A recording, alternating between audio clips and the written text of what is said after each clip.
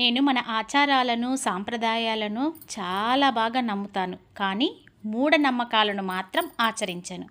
Hi friends, welcome to our channel మమతల నిలయం. అందరు ఎలా ఉన్నారు? బాగున్నారా? నేనైతే చాలా బాగున్నాను.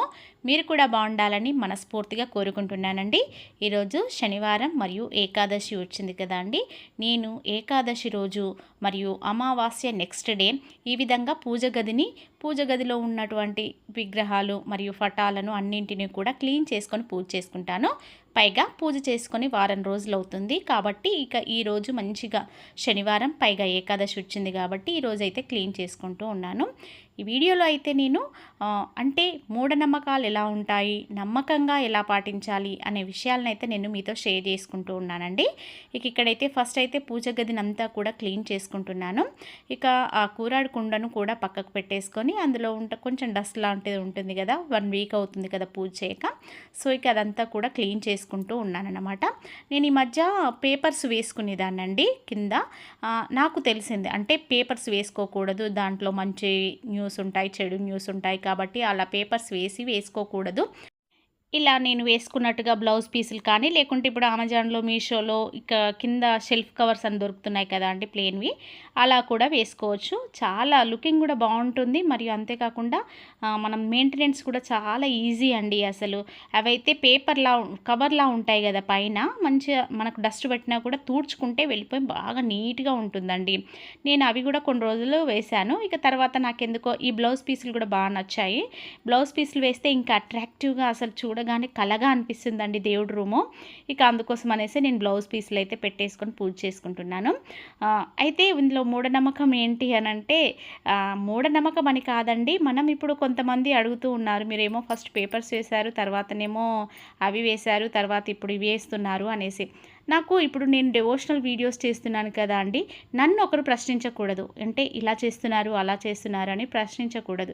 నాకు తెలియకుండా ఫస్ట్ అయితే న్యూస్ పేపర్స్ వేశాను, తర్వాత తెలిసిన తర్వాత ఇప్పుడు బ్లౌజ్ పీసులు వేసుకుంటున్నాను. ఆ విధంగా ఒకరి నుంచి మనం మంచి నేర్చుకోవాలి కానీ చెడు నేర్చుకోకూడదు కదా అండి. ఇప్పుడు అది తెలిసిన తర్వాత ఎలా చేయాలి? తెలియక ముందంటే ఎట్లనో చేసిన, తెలిసిన తర్వాత అట్లా చేయకూడదు కదా. అందుకోసం అనేసి ఇక నాకు తెలిసినప్పటి నుంచి ఈ విధంగా బ్లౌజ్ పీసులు వేసుకొని పూజ చేసుకుంటున్నాను అన్నమాట. కొందరు మూఢనమ్మకంగా కొట్టిపడేస్తారు. ఏంటంటే అబ్బా వీళ్ళన్నీ ప్రతిదీ చెప్తున్నారు అది ఇది అని, ఏది చేస్తే ఏంటిది అనేసి. అట్లాంటి వాళ్ళు కూడా ఉంటారండి. అది వాళ్ళ విజ్ఞతకే వదిలేయాలి అంతే తప్ప వాళ్ళతో వాదించకూడదు మనం. ఇక్కడైతే మంచిగా ఇక నేను దేవుడి గదంతా కూడా క్లీన్ చేసుకున్న తర్వాత ఇక్కడ పటాలను కూడా ఒక తడి క్లాత్తో మరియు ఇంకొక పొడి క్లాత్తో కూడా క్లీన్ చేసుకుంటున్నాను. ఇలా చేసుకోవడం వల్ల పటాలు చాలా నీట్గా కనబడతాయి. 1 వీక్ కాదు కదా, మనం 15 డేస్ వరకు కూడా పటాలను తీయకపోయినా చాలా మెరుస్తూ ఉంటాయన్నమాట.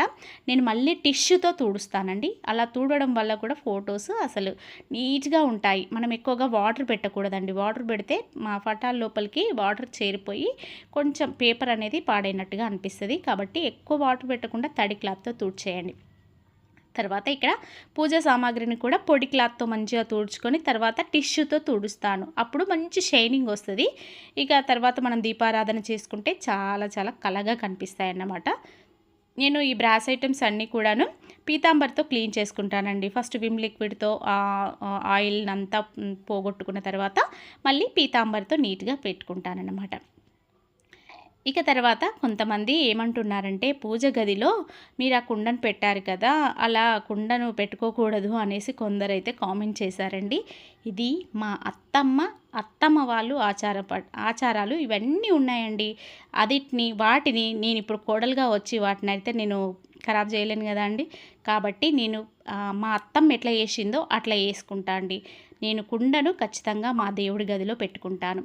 ఇది ఎవరైనా ఈ విధంగా ఒకరు నాకు కామెంట్ చేశారు, కుండలు అలాంటివి దేవుడి గదిలో ఉంచుకోకూడదు అనేసి. అసలు కుండ దేవుడి గదిలో ఉంచకూడదని ఎవరన్నారండి? మాకు ఈ తెలంగాణ సైడ్ అయితే ఖచ్చితంగా ప్రతి ఒక్కరింట్లో ఈ కూరాడు కుండ అయితే ఉంటుందండి. ఈ కూరాడు కుండ లేకుండా దేవుడి రూమ్ అసలుకే ఉండదు. మాకు ఇప్పుడు ఆంధ్ర సైడు లక్ష్మీ కుంచమని పెడుతూ ఉంటారు. అవి వెండివి, రాగివి, ఇత్తడివి అలా పెట్టుకుంటారు. మాకు ఇక్కడ కుండ ప్రధానం అన్నమాట. మాకు ఇట్లా కుండ రూపంలో ఉన్నవి వెండిలో కూడా రాగిలో కూడా పెట్టుకుంటారు. కానీ మా అత్త అత్తమ్మ వాళ్ళు ఇలా కుండనే పెట్టేవారు కాబట్టి నేను కుండనే పెట్టేసుకుంటున్నాను. ఇది నేను నమ్ముతాను. మా అత్తమ్మ ఎట్లా చేసిందో నేను అట్లనే వేసుకుంటా. మధ్యలో ఎవరో చెప్పారని దీన్ని మాత్రం మార్చుకోను. ఇలానే కుండ నేను, నా కోడళ్ళు, ఇంకా నా ఫ్యూచర్ తరాలు కూడా ఇదే విధంగా ఆచరిస్తూ ఉంటాయన్నమాట. మధ్యలో ఎవరో చెప్తే దీన్ని మాత్రం నేను నమ్మను. చెప్పాను కదా అండి, నేను ఒకటి నమ్ముతాను, ఇంకొకటి నమ్మను అని. నాకు నచ్చితే నమ్ముతాను, నాకు నచ్చంది నేను నమ్మను అన్నమాట. ఇక్కడైతే పూజా రూమ్ అంతా కూడా క్లీన్ చేసుకుని అన్ని దేవుళ్ళకు కూడా బొట్లు పెట్టేసుకున్నాను. గంధము కుంకుమతో బొట్లు పెట్టేసుకున్నాను. బ్రాస్ ఐటమ్స్ కూడా మంచి గంధము బొట్లు పెట్టేసుకొని, కుంకుమ బొట్లు పెట్టేసుకొని ఇక్కడైతే పూజా రూమ్ని అయితే అలంకరించుకుంటున్నాను. కొంతమంది అయితే పువ్వులు లేకుండా పూజ చేయకూడదు అంటున్నారండి. ఎవరండి చెప్పింది పువ్వులు లేకుండా పూజ చేయకూడదండి? నిజంగానే తెలుసు. కాకపోతే మరి మన చెట్లకేమో పువ్వులు లేవు, బయట కొనుక్కొచ్చేటోళ్ళు లేరు. ముందు రోజు చూసుకోలేం, పువ్వులు ఉన్నాయో లేవో చూసుకోలేకపోతాం. అట్లాంటప్పుడు పూజను మానుకుంటామా చెప్పండి?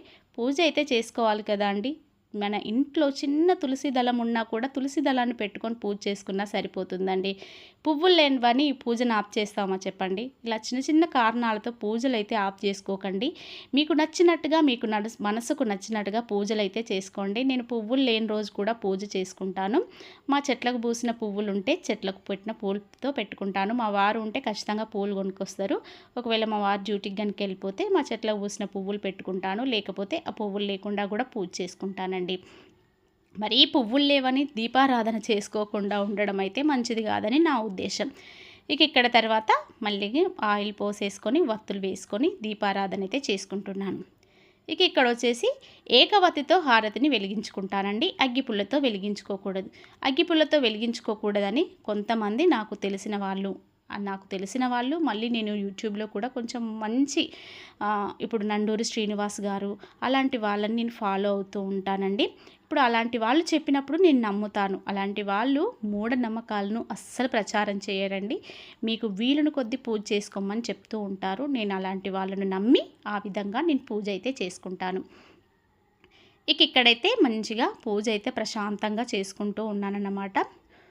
ఫస్ట్ అయితే శుక్లాంబరధరం విష్ణుం శశివర్ణం చతుర్భుజం ప్రసన్నవదనం ధ్యాయే సర్వ విఘ్నోపశాంతయే అగజానన పద్మార్గం గజానన మహన్యం అనేకదంతం భక్తానాం ఏకదంతముపాస్మహే గురు బ్రహ్మ గురు విష్ణు గురుదేవో మహేశ్వర గురు సాక్షాత్ పరబ్రహ్మ తస్మై శ్రీ గురవే నమః అంటూ ఈ శ్లోకాన్ని చెప్పుకొని శ్రీరామ రామ రామేతి రమే రమే మనోరమే సహస్రనామ తత్తుల్యం రామనామవరాననే అంటూ ఈ శ్లోకాన్ని కూడా చెప్పేసుకొని గాయత్రి మంత్రాన్ని కూడా 5 సార్లు చదువుకుంటానండి. ఇలా అన్ని శ్లోకాలు కూడా నేను 5 సార్లు చదువుకొని పూజనైతే సింపుల్గా పూజ చేసుకుంటాను. శుక్రవారం రోజని కాదు, నేను ప్రతిరోజు కూడా అమ్మవారి అష్టోత్తరాలు చదువుకుంటాను. శనివారం రోజైతే మాత్రం నేను గోవిందనామాలు చదువుకుంటాను. బుధవారం అయితే నేను అయ్యప్పకు శరణు ఘోషలు చదువుకుంటాను. నార్మల్ డేస్లో మాత్రం నిత్య పూజ నార్మల్గా పూజ అయితే చేసుకుంటానండి. అయితే కొంతమంది నన్ను కామెంట్ చేస్తున్నారు, అక్క మార్నింగ్ 6 లోపే పూజ చేసుకోవాలట కదా, తర్వాత చేసుకోకూడదట అని. ఎవరండి చెప్పింది? మనం పూజ ఎప్పుడైనా చేసుకోవచ్చండి. కాకపోతే మరీ 12 లోపు అయితే చేసుకోండి. ఇప్పుడు మీరు హౌస్ వైఫ్సే అంటే వర్కింగ్ ఉమెన్స్ అంటే వాళ్ళకు మార్నింగ్ 7-8 వరకు పని అయిపోతుంది, వాళ్ళు పూజ చేసుకొని వెళ్ళిపోతారు. మనం హౌస్ వైఫ్గా ఇంట్లో ఉన్నప్పుడు పిల్లల్ని పంపించాలి, హస్బెండ్ని పంపించాలి. తర్వాత మనకి ఎలాగో కనీసం వాళ్ళు వెళ్ళేసరికి 9-9:30 అవుతుంది. తర్వాత మనం క్లీన్ చేసుకొని ఇల్లంతా కూడా క్లీన్ చేసుకొని మనం శుద్ధ అయిపోయిన తర్వాత పూజ చేసుకోవచ్చు. దానికి ఏం పర్లేదండి. మనం పూజ చేసుకోవడం ముఖ్యం, భక్తి ముఖ్యం. అంతేగాని ఈ టైంకే వేసుకోవాలి ఆ టైంకే వేసుకోవాలని ఎక్కడా కూడా రాసి లేదండి. అంటే కొంతమంది ఉంటాయి, కొన్ని రోజులు ప్రత్యేకమైన రోజులు ఉంటాయి. ఆ ప్రత్యేకమైన రోజుల్లో మాత్రం ఈ విధంగా పూజ చేసుకోవాలని మన పెద్దలు చెప్తూ ఉంటారు కదా అండి. ఆ విధంగా పూజ చేసుకోండి. అంతేకాని మార్నింగ్ 6 లోపే చేసుకోవాలి, 10 లోపే చేసుకోవాలి అట్లాంటివి మాత్రం పెట్టుకోకండి. మీకు మనసుకు నచ్చినట్టుగా పూజ చేసుకోండి. ఒకవేళ మీకు పొద్దున వీలు పడలేదా, సరే ఈవినింగ్ అయినా పూజ చేసుకోండి. కానీ నాన్ వెజ్ తిని మాత్రం పూజనైతే అసలు చేసుకోకూడదండి. నాన్ వెజ్ తిన్నప్పుడు మాత్రం ఖచ్చితంగా నెక్స్ట్ డే మళ్ళీ తలస్నానం చేసి పూజనైతే చేసేసుకోవాలి. ఇక్కడైతే నేను అమ్మవారికి కుంకుమార్చన చేసుకున్నానండి. అష్టోత్తరాలు చదువుకుంటూ కుంకుమార్చన చేసుకొని హారతి అయితే ఇచ్చేస్తున్నాను. ఈ విధంగా నాకు నచ్చినవి సింపుల్వి నేను పాటిస్తూ రోజు దేవుడికి దగ్గరగా మూఢనమ్మకాలకి దూరంగా ఉంటూ పూజనైతే చేసేసుకుంటూ ఉంటానండి. ఈ వీడియో కనుక మీకు నచ్చితే తప్పకుండా మన ఛానల్ని సబ్స్క్రైబ్ చేసుకోండి. ఇలాంటి మంచి మంచి డివోషనల్ వ్లాగ్స్ కోసం మన ఛానల్ని రెగ్యులర్గా ఫాలో అవుతూ ఉండండి. అండ్ మన ఛానల్లో మినీ వ్లాగ్స్ కూడా ఉంటాయి, కుకింగ్ వ్లాగ్స్ కూడా ఉంటాయండి. కొంచెం వాటిని కూడా సపోర్ట్ చేయండి ఫ్రెండ్స్. ఇక్కడైతే నా పూజ అంతా అయిపోయింది. మనసుకు చాలా ప్రశాంతంగా అనిపిస్తుందండి. నేను ఇలా నాకు నచ్చినట్టుగా మా అత్తమ్మ ఎలా వేసిందో ఆ విధంగానే పూజను ఆచరిస్తూ చాలా హ్యాపీగా ఉన్నాను. మీరందరూ కూడా ఈ విధంగా పూజ చేసుకొని చాలా సంతోషంగా సుఖ సంతోషాలతో ఆయురారోగ్యాలతో అష్టైశ్వర్యాలతో ఉండాలని మనస్ఫూర్తిగా కోరుకుంటున్నానండి.